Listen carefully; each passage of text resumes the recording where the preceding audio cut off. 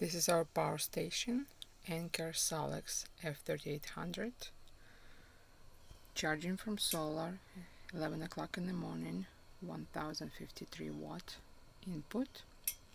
Solar is connected to these two XT60 ports.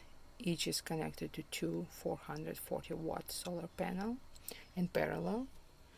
This is extra battery connection.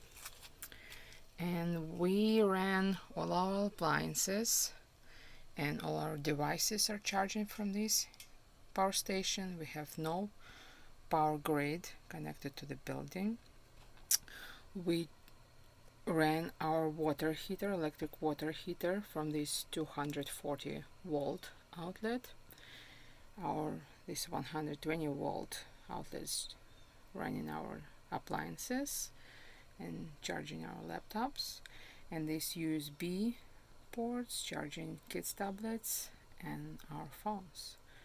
This is the power station for our building.